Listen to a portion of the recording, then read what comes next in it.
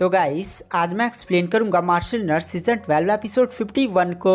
तो गाइस अगर आपको हमारी इस वीडियो की एक्सप्लेनेशन पसंद आती है तो चैनल को लाइक सब्सक्राइब जरूर करें। अगर आपने हमारे पिछले एपिसोड्स को मिस कर दिया ना तो एक बार चैनल की प्लेलिस्ट में जाकर वहां पर चेकआउट कर सकते हैं। तो चलिए बिना किसी देरी के एपिसोड की स्टार्टिंग करते हैं।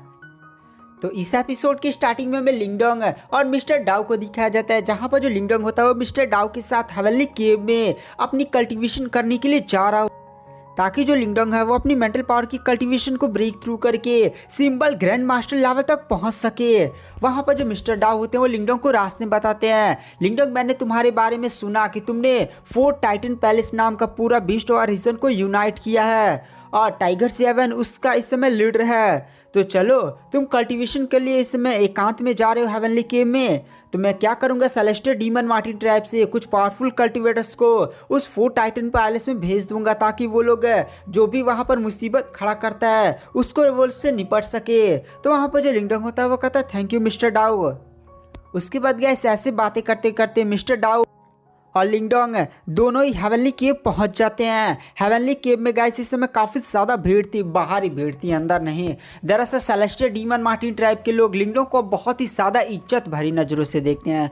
तो उन लोगों ने भी लिंगडोंग के बारे में सुना था कि भाई लिंगडोंग इस इटर्नल इल्यूजन फ्लावर का यूज़ करके अपने आप को ब्रेक थ्रू करने वाला, तो वो लोग भी देखने उखने के लिए चले आए होते हैं।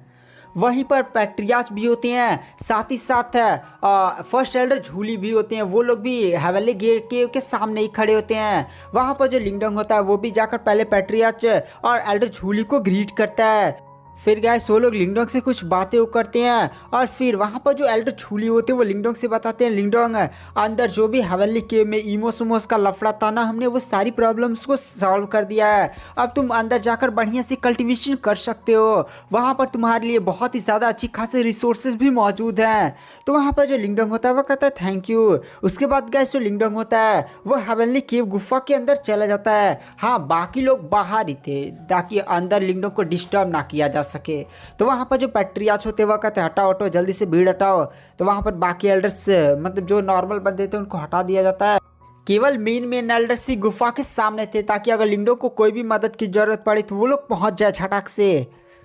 तो वहाँ पर जो फर्स्ट एल्डर झूली होती है वो पैट्रियाच से बोलते हैं पैट्रियाच, मानना पड़ेगा लिंगडोंग सच में काफ़ी ज़्यादा टैलेंटेड है। उसके पास रहस्यमय पत्थर का ताबीज है जो एंशिएंट रैंकिंग के सेकंड नंबर का सबसे ज़्यादा पावरफुल वीपन है। साथ ही साथ लिंगडोंग के पास प्राइमल ड्रैगन बोन है और यह ड्रैगन बोन केवल एक ही बंदे के पास था और वो भी एंशिएंट टाइम में। वह ड्रैगन जिसने इस पूरे बीस्ट वॉर रीजन पर अकेला ही शासन किया था, सभी लोग उसके सामने झुके थे।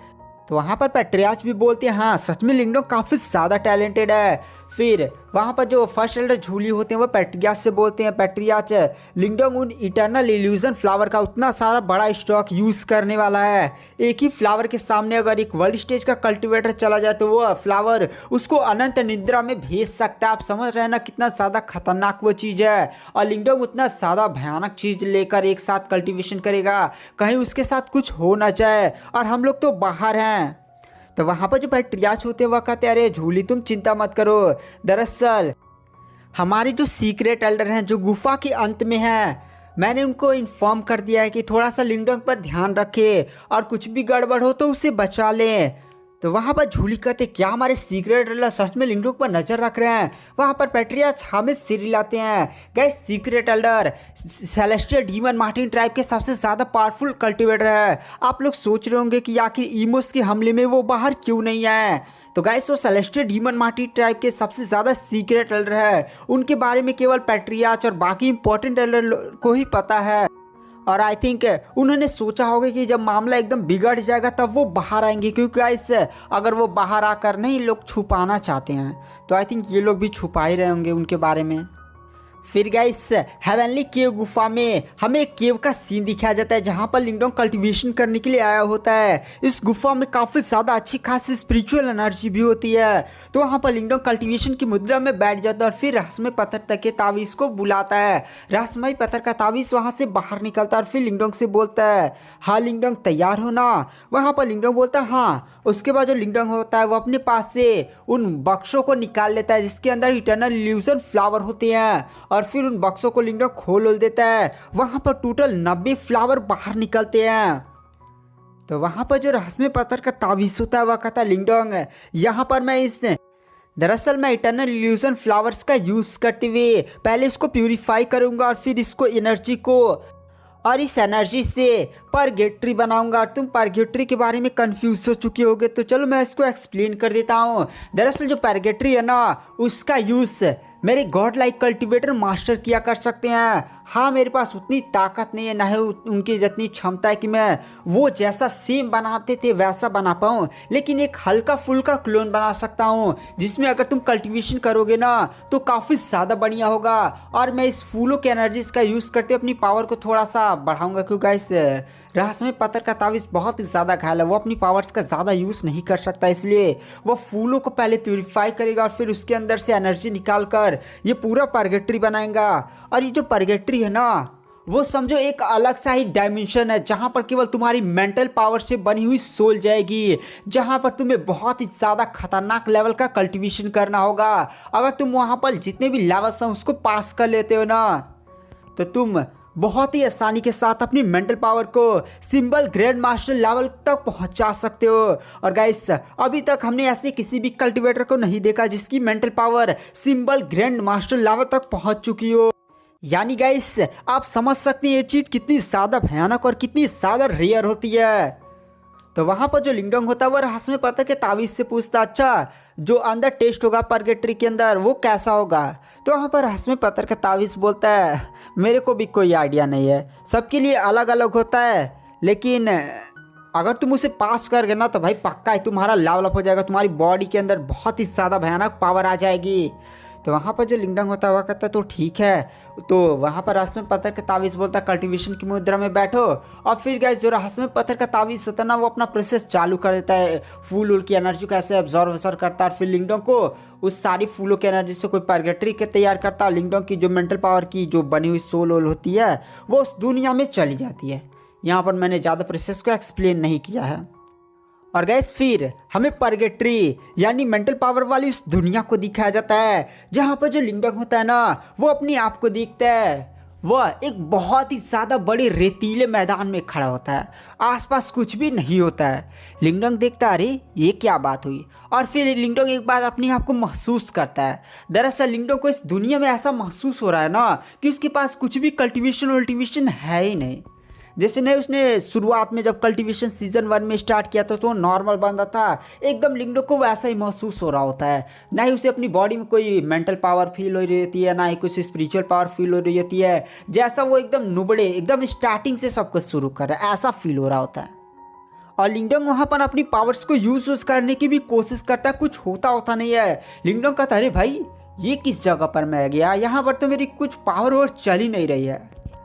तभी गाइस, लिंगडोंग के सामने एक बहुत ही ज़्यादा बड़ा रेतीला तूफान तैयार होता है। और गाइस, आसपास के पत्थर भी उस रेतीले तूफान में से घूम रहे होते हैं, बड़े बड़े पत्थर। यानी रेतीला तूफान काफ़ी ज़्यादा खतरनाक होता है और एक तूफान नहीं, ऐसे बहुत सारे तूफान तैयार हो जाते हैं। भाई लिंगडोंग कहता है, बाप रे ये क्या हो गया, यहाँ तो मैं अपनी पावर्स का भी यूज़ नहीं कर पा रहा हूँ। लिंगडोंग भागने की कोशिश करता है, लेकिन रेतीले तूफान काफ़ी ज़्यादा तेज में थे और लिंगडोंग को पकड़ लेते अपने अंदर। रवा रवा गोल गोल घूमता, पत्थर से टकरा, ये वो मतलब ऐसे गैस 2-3 घंटे तक टकराता करता है। लिंगडोंग आइया चिल्ला रहा था, हड्डी वड्डी सब टूट जाता है उसका।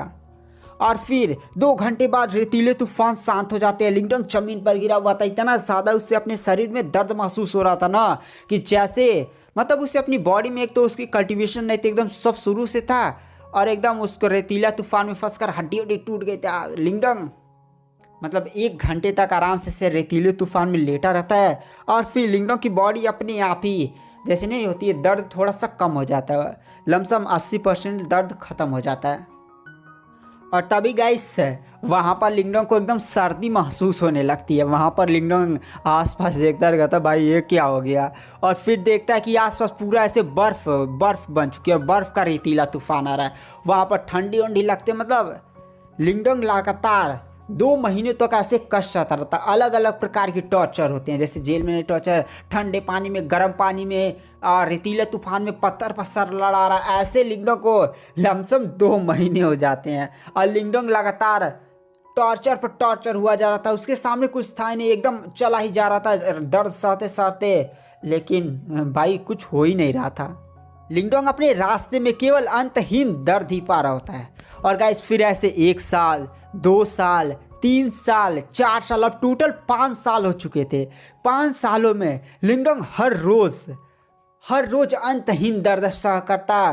कभी उसे उठाकर पटक दिया जाता, कहीं आग वाला तूफान आ जाता, कहीं रेतीला तूफान आ जाता, कहीं सर मारा जा रहा है। लेकिन गाइस इन 5 सालों में लिंगडोंग पिटते पिटते एकदम ढीठ हो चुका था।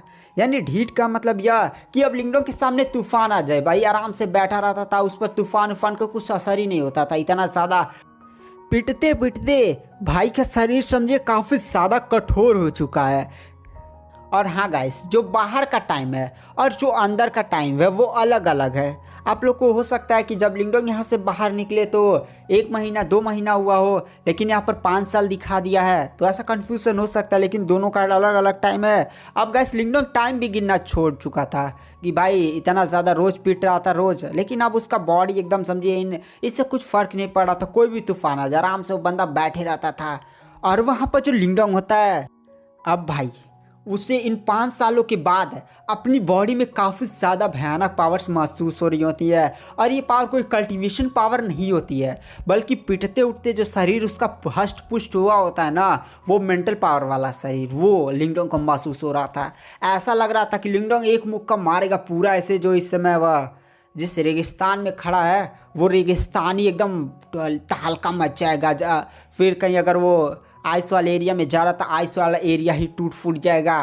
तो ये चेक करने के लिए जो लिंगडोंग होता है वो अपनी पावर्स को एक ज़मीन में ऐसे मारता धाम दे। और गाइस हमें दिखाया जाता पूरा ऐसे बवन, जैसे नई ज़मीन में कोई बड़ा सा ऐसे चीज़ गिरता है तो ऐसे लहर उठती है, वैसे एकदम टू सेम होता है। वहाँ पर लिंगडोंग कहता है ये होती है एक असली पावर, मतलब पिटाने के बाद जो उसकी पावर बढ़ी है क्या ही बढ़ी है। और गाइस आज की वीडियो की एक्सप्लेनेशन को यहीं पर एंड कर देते हैं। तो क्या यहाँ पर लिंगडोंग सच में अपने आप को ब्रेक थ्रू कर पाएगा नहीं, ये तो हमें नेक्स्ट एपिसोड में ही पता चलेगा।